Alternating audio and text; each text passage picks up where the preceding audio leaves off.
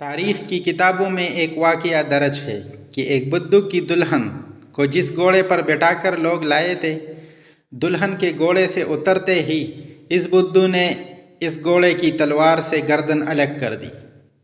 لوگوں نے اس سے ایسا کرنے کی وجہ پوچھی تو کہنے لگا کہ میں یہ برداشت نہیں کر سکتا کہ میری بیوی کے اترنے کے فوراً بعد ہی کوئی اس کی پیٹھ پر بیٹھ جائے اور دلہن کی سواری کی وجہ سے تاحال گھوڑے کی پیٹھ گرم ہو اور کوئی غیر مرد اس حرارت کو محسوس کر لے۔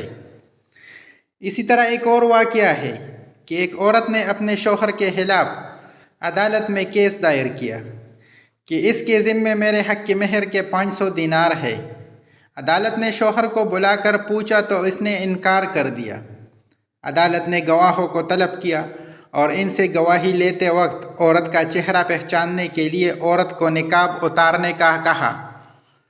اس پر اس کا شوہر جلدی سے کھڑا ہوا اور کہنے لگا، قاضی صاحب، میں تسلیم کرتا ہوں، مجھ پر میری بیوی کے 500 دینار لازم ہے، بس آپ اس کا نقاب نہ اتروائیے۔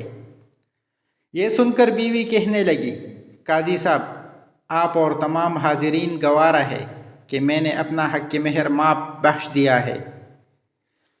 قاضی بیچارہ حیران و پریشان کہ یہ کیا ہو رہا ہے۔